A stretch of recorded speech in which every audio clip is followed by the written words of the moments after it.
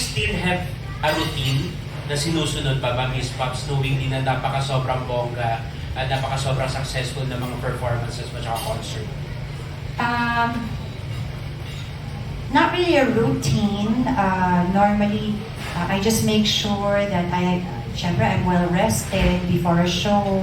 I take care of my voice, yun yung pinaka-importante. I sleep a lot, definitely. I take care of myself. Ang hirap kasing kumanta, lalo na when you travel, no? And most of my shows lately have been abroad.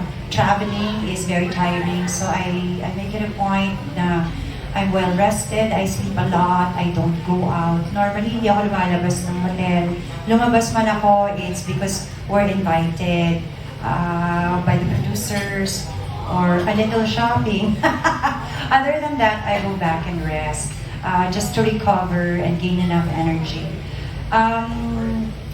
May formula. Ang maganda kasi is lately, I've also been performing with such wonderful, iconic artists, no?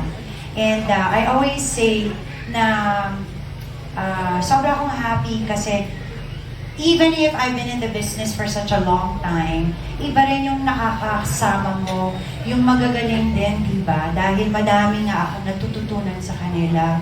Hindi, aside from the professional aspect of it, kasi kanya-kanya kaming style, pati yung personal na the way they attack things and handle their lives. So I always observe them. And doon pa lang madami na akong natututunan. I feel kasi that there's always room for growth. We can always grow. Age is really just a number. So it should never stop us from doing anything and everything that we want to do. We should not stop dreaming because we are this age. No, dreams continue. And yung mga goals natin in life should not end. We should really have more goals. Kung kaya pa natin, ha? Siyempre yung mga hindi na kaya, okay lang. We just have to accept and be honest with ourselves. Pero kung kaya pa, bakit hindi? Iba na ang mundo. Iba na ang way of working. Iba na rin ang industriya natin. There are so many aspects when it comes to promoting yourself also, di ba?